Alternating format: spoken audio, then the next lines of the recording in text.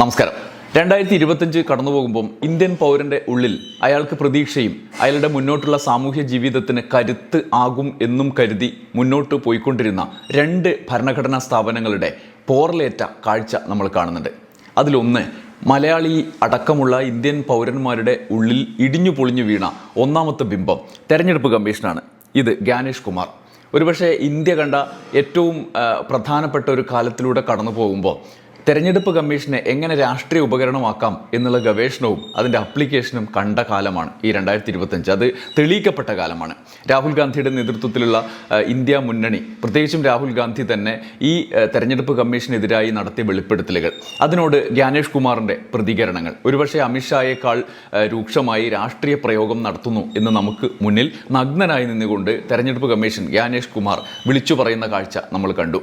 ഈ സാഹചര്യത്തിൽ രണ്ടാമത്തെ ഭരണഘടനാ സ്ഥാപനത്തിന് പോറലേൽപ്പിക്കും വിധത്തിൽ ചില വെളിപ്പെടുത്തലുകൾ പുറത്തു വന്നതും നമ്മൾ കണ്ടു. അതിലേക്ക് ഞാൻ വരാം. നമുക്ക് ഈ ഒന്നാമത്തേതിൽ നിന്ന് തുടങ്ങാം. ഈ വീഡിയോയുടെ ആധാരം ആക്കുന്നത് ടെലഗ്രാഫിൻ്റെ മുൻ എഡിറ്റർ ആർ രാജഗോപാലിൻ്റെ 2 നിരീക്ഷണങ്ങളാണ്. അദ്ദേഹം ഇന്ന് ദേശാഭിമാനി പത്രത്തിൻ്റെ മുഖപ്രസംഗ പേജിൽ എഴുതിയ ലേഖനത്തെയാണ് നമ്മൾ ഉദ്ധരിക്കുന്നത്. അറിയാമായിരുന്നു എങ്കിലും വെളിപാടിൻ്റെ വർഷം എന്നാണ് അദ്ദേഹം 2025 നിർവചിക്കുന്നത്. ആ തലക്കെട്ടിൽ എഴുതിയ ലേഖനത്തിലെ 2 പോയിന്റുകൾ. ഒന്നാമത്തേത് ഈ തെരഞ്ഞെടുപ്പ് കമ്മീഷനെ കുറിച്ച് തന്നെയാണ്. അദ്ദേഹം പറയുന്നത് ഇങ്ങനെയാണ്: ഒരു നെടും തൂണ് വാഴപ്പിണ്ടി പോലെ ഒടിഞ്ഞു തൂങ്ങിയ വർഷം. പൊതുസമൂഹത്തിൽ ചിലരെങ്കിലും പ്രതികരണശേഷി വന്ധ്യംകരിക്കപ്പെട്ട് നിസ്സംഗതയിൽ അഭയം തേടിയ വർഷം. 2025 കടന്നു പോകുമ്പോൾ തികട്ടി വരുന്ന തിരിച്ചറിവുകൾ ഇതൊക്കെയാണ് എന്ന് തോന്നുന്നു. റിപ്പബ്ലിക്കിനെ സംരക്ഷിക്കുന്നതിന് മുൻനിരയിൽ നിൽക്കേണ്ട ഇന്ത്യൻ തെരഞ്ഞെടുപ്പ് കമ്മീഷൻ തന്നെയാണ് ഏറ്റവും പരസ്യമായും ദയനീയമായും മുട്ടുമടക്കിയത്. കമ്മീഷന്റെ നിലപാടുകൾ ഏൽപ്പിച്ച ആഘാതങ്ങളും മുറിവുകളും ഇപ്പോഴും ഉണങ്ങാതെ പഴുപ്പൊലിപ്പിച്ച് നമുക്കിടയിൽ നിൽക്കുന്നതുകൊണ്ട് അവയെക്കുറിച്ച് വിശദമായി ചർച്ച ചെയ്യുന്നില്ല. എന്നാലും ആഗസ്റ്റ് 17 ഡൽഹിയിൽ തെരഞ്ഞെടുപ്പ് കമ്മീഷൻ വിളിച്ച മാധ്യമ സമ്മേളനത്തെക്കുറിച്ച് പരാമർശിക്കാതിരിക്കാൻ കഴിയില്ല. ആ ഞായറാഴ്ച ഇതിലേത് ഒരിക്കലും മങ്ങാത്ത ചിത്രമാണ്. മാധ്യമപ്രവർത്തകരുടെ മൂർച്ചയേറിയ ചില ചോദ്യങ്ങൾക്കും വിശ്വസനീയമായ ഉത്തരങ്ങൾ നൽകാൻ മുഖ്യ തെരഞ്ഞെടുപ്പ് കമ്മീഷണർ ഗ്യാനേഷ് കുമാറിന് കഴിഞ്ഞില്ല. ചുരുങ്ങിയത് 11 ചോദ്യങ്ങൾക്കെങ്കിലും ഗ്യാനേഷ് കുമാറിന് മറുപടി പറയാൻ കഴിയാതിരിക്കുകയോ മനഃപൂർവ്വം അദ്ദേഹം മറുപടി പറയാതിരിക്കുകയോ ചെയ്തു. മുതിർന്ന മാധ്യമപ്രവർത്തകൻ പരഞ്ജോയ് ഗുഹ ഠാക്കൂർത്തയുടെ ചോദ്യങ്ങളാണ് മുഖ്യ തെരഞ്ഞെടുപ്പ് കമ്മീഷനെ ഏറ്റവും അധികം ക്ലേശപ്പെടുത്തിയത്. സ്വതന്ത്ര ഇന്ത്യയിലെ മൂടുപടങ്ങൾ വലിച്ചെറിയപ്പെട്ട ഏറ്റവും പ്രധാനപ്പെട്ട മാധ്യമ സമ്മേളനത്തിൽ ഒന്നായി ചരിത്രം എഴുതുന്നവർ ആ മാധ്യമ സമ്മേളനത്തെ അടയാളപ്പെടുത്തും എന്ന് നിസ്സംശയം പറയാം. ആവശ്യത്തിനും അനാവശ്യത്തിനും വിമർശിക്കപ്പെടുന്ന ഇന്ത്യൻ വാർത്താ ഇടങ്ങളുടെ വീണ്ടെടുപ്പിൻ്റെ അത് എത്ര തന്നെ ക്ഷണികമായിരുന്നു എന്നിരുന്നാലും അപൂർവ നിമിഷം കൂടിയായിരുന്നു ആ മാധ്യമ സമ്മേളനം. മാധ്യമങ്ങൾക്ക് പ്രസക്തിയില്ലെന്നും മാധ്യമധർമ്മം എന്നതൊരു മിത്ത് മാത്രമായി തീരുന്നു എന്ന രോദനങ്ങൾക്കിടയിലും ആർജവത്തോടെ വ്യക്തതയോടെ മാധ്യമപ്രവർത്തകർ 1 or 2 പേരല്ല, അന്ന് അവിടെ ചോദ്യം ചോദിക്കാൻ അവസരം കിട്ടിയ കൂടുതൽ പേരും ചോദ്യശരങ്ങൾ തൊടുത്തുവിട്ടു. ഇന്ത്യൻ ജേർണലിസത്തിൻ്റെ സുവർണകാലം ഓർമ്മിപ്പിച്ചുകൊണ്ട് മാധ്യമപ്രവർത്തകർ നിശബ്ദമായി കൈകോർക്കുന്നത് അവിടെ കാണാനായി.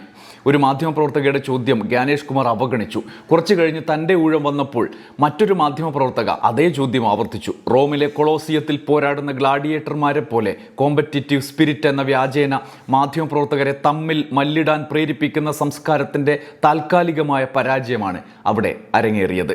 മാധ്യമ മുതലാളിമാരും എഡിറ്റർമാരും അടങ്ങിയ നേതൃനിരയെയും ഞാൻ അത്തരം ഒരു അവിശുദ്ധ സിസ്റ്റത്തിൻ്റെ ഭാഗമായിരുന്നു. മറ്റു മാധ്യമപ്രവർത്തകരടങ്ങിയ തട്ടിനെയും വേർതിരിവില്ലാതെ കണ്ട് വിമർശിക്കുന്നത് ശരിയല്ല എന്നും ഗ്യാനേഷ് കുമാറിൻ്റെ മാധ്യമ സമ്മേളനം സൂചിപ്പിച്ചു. അത് വേറൊരു പ്രത്യേക ചർച്ച അർഹിക്കുന്ന ഗഹനമായ വിഷയമാണ്. ചുരുക്കി പറഞ്ഞാൽ അധികാര കേന്ദ്രങ്ങളെ ചോദ്യം ചെയ്യുക എന്ന ഏറ്റവും പ്രാഥമികവും പ്രധാനവുമായ മാധ്യമധർമ്മം ചോദ്യങ്ങൾ ചോദിച്ച് മിക്ക മാധ്യമപ്രവർത്തകരും സ്തുത്യർഹമായ രീതിയിൽ നിർവഹിച്ചു. അതുകൊണ്ട് എന്തു ഫലം എന്ന് ചോദിക്കുന്നവർ ഉണ്ടാകാം. പക്ഷേ ഉത്തരം ലഭിക്കാത്ത ആ ചോദ്യങ്ങൾ കാരണം എന്തു പറഞ്ഞു എന്നല്ല, എന്തു പറഞ്ഞില്ല എന്നതായി ഗ്യാനേഷ് കുമാറിൻ്റെ ആഗസ്റ്റ് 17 മാധ്യമ സമ്മേളനത്തിൻ്റെ മുഖമുദ്ര. ഇന്ത്യൻ മാധ്യമ ലോകം പലപ്പോഴും ഗോദി മീഡിയ എന്ന് വിമർശിക്കപ്പെടുന്ന മാധ്യമ ലോകമാണ്. അതിനനുസരിച്ച് പ്രവർത്തനങ്ങൾ ചെയ്ത് ആ വിളിയെ യാഥാർത്ഥ്യമാക്കി അത് യോജിക്കുന്നവരാണ് തങ്ങൾ എന്ന് തെളിയിക്കുന്ന കാഴ്ച കണ്ടിരുന്നു. ഏറ്റവും ഒടുവിൽ അർണബ് ഗോസ്വാമിയുടെ ചാഞ്ചാട്ടം വരെ ചർച്ച ചെയ്യപ്പെടുന്നുണ്ട് ഇന്ത്യൻ മാധ്യമ ലോകത്ത്. ഒരുപക്ഷെ 1 ദശകത്തിലധികമായി ഭരണകൂടത്തിന് വേണ്ടി മുദ്രാവാക്യം വിളിക്കുന്ന പരിപാടിയായി 90% മാധ്യമ സ്ഥാപനങ്ങളും മാറ്റി ഈ മാധ്യമ ലോകത്തെ, മാധ്യമ പ്രവർത്തനത്തെ എന്നുള്ള വിമർശനം വസ്തുനിഷ്ഠമാണ്. ആവശ്യമാണ്. അതിനിടയിലേക്കാണ് കഴിഞ്ഞ വർഷം കടന്നുപോയ ഏറ്റവും പ്രധാനപ്പെട്ട ഒരു മാധ്യമ സമ്മേളനത്തെ, ഒരു പ്രസ് മീറ്റിനെ ആർ രാജഗോപാൽ ചൂണ്ടിക്കാണിക്കുന്നത്. ശുഭകരമായ ചില സൂചനകൾ ആ വാർത്താ സമ്മേളനത്തിൽ ഉണ്ടായിരുന്നു എന്ന്. ഒരുപക്ഷെ സ്വതന്ത്ര മാധ്യമ പ്രവർത്തനം, പ്രത്യേകിച്ചും സോഷ്യൽ മീഡിയ ഒക്കെ സജീവമായ കാലത്ത് സ്വതന്ത്ര മാധ്യമ പ്രവർത്തനം വലിയ തോതിൽ ഇടപെടലുകൾ നടത്തുന്നു. അത് മുഖ്യധാരാ മാധ്യമത്തെ നിയന്ത്രിക്കാൻ കെൽപ്പുള്ള വിധത്തിൽ സ്വാധീന ശക്തിയായി നിൽക്കുന്നു എന്നുള്ള ഒരു ആശ്വാസകരമായ കാഴ്ചയാണ് ഇതിൻ്റെയൊക്കെ അടിസ്ഥാനം എന്നുള്ള വസ്തുതയും ഉണ്ട്. രണ്ടാമത്തേതും ചോദ്യങ്ങളുടെ ഇടയിൽപ്പെട്ട ജസ്റ്റിസ് DY ചന്ദ്രചൂഡിൻ്റെ അവസ്ഥയെക്കുറിച്ചാണ് ആർ രാജഗോപാൽ പറയുന്നത്. അത് നമ്മുടെ ജുഡീഷ്യറിയിൽ നിന്ന് പിന്നീട് വെളിപ്പെടുത്തലുകൾ വരുമ്പോൾ അവിടെ ഇരുന്ന് എന്താണ് ചിലർ ചെയ്യുന്നത് എന്ന് തെളിയിക്കുന്ന, അവരുടെ കാഴ്ചപ്പാട് എന്താണ് എന്ന് തെളിയിക്കുന്ന കാഴ്ചയാണ്. DY ചന്ദ്രചൂഡിനെ കുറിച്ച് നിങ്ങൾക്കറിയാം, പ്രത്യേകിച്ച് പറയേണ്ടതില്ല. ബാബറി പള്ളി പൊളിച്ചതിന് ശേഷം ഇന്ന് അയോധ്യയിൽ രാമക്ഷേത്രം നിൽക്കുന്നതിന് ആധാരമായ തീരുമാനങ്ങളിലേക്ക് നയിച്ച ബെഞ്ചിൽ ഉൾപ്പെട്ട ആളാണ് DY ചന്ദ്രചൂഡ്. അദ്ദേഹത്തിൻ്റെ വെളിപ്പെടുത്തലും ഒരു മാധ്യമത്തിന് മുന്നിലായിരുന്നു.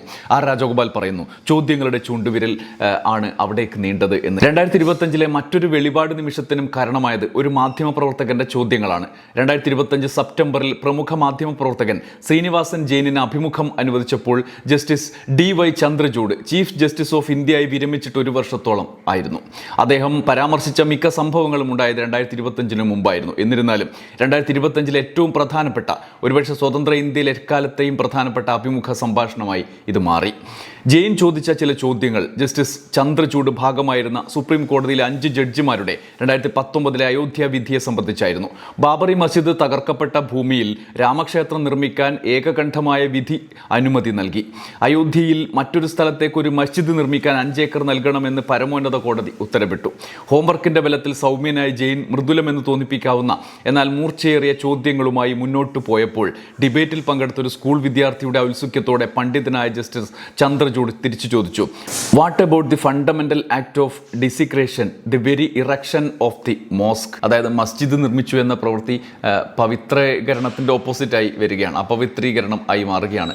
അത് എന്നാണ് അദ്ദേഹം ചോദിക്കുന്നത്. ഒരു ജസ്റ്റിസ് ആയിരുന്ന ആൾ, ഇന്ത്യൻ ചീഫ് ജസ്റ്റിസ് ആയിരുന്ന ആളുടെ ചോദ്യത്തിന് മുന്നിൽ ആ മാനസികാവസ്ഥ എന്താണ് എന്ന് അവിടുന്ന് വിധി പറയുമ്പോൾ, ഇവിടെ വലിയ വീതം വെച്ചിട്ടുള്ള ഒരു വിധിയാണല്ലോ, ബാബറി മസ്ജിദ് ഉണ്ടാക്കിയെടുത്ത് രാമക്ഷേത്രം നിർമ്മിക്കുക എന്നൊക്കെയുള്ള വിധി പറയുമ്പോൾ ആ മനുഷ്യൻ്റെ ഉള്ളിൽ എന്തായിരുന്നു എന്നുള്ളതിൻ്റെ സൂചനയാണ് ഈ ചോദ്യം തന്നെ. സുപ്രീം കോടതിയുടെ വിധി വായിച്ച മിക്കവർക്കും വിറങ്ങലോടെ ജസ്റ്റിസ് ചന്ദ്രചൂഡിൻ്റെ മേൽപ്പറഞ്ഞ 16 വാക്കുകൾ കേൾക്കാൻ പറ്റുകയുള്ളൂ.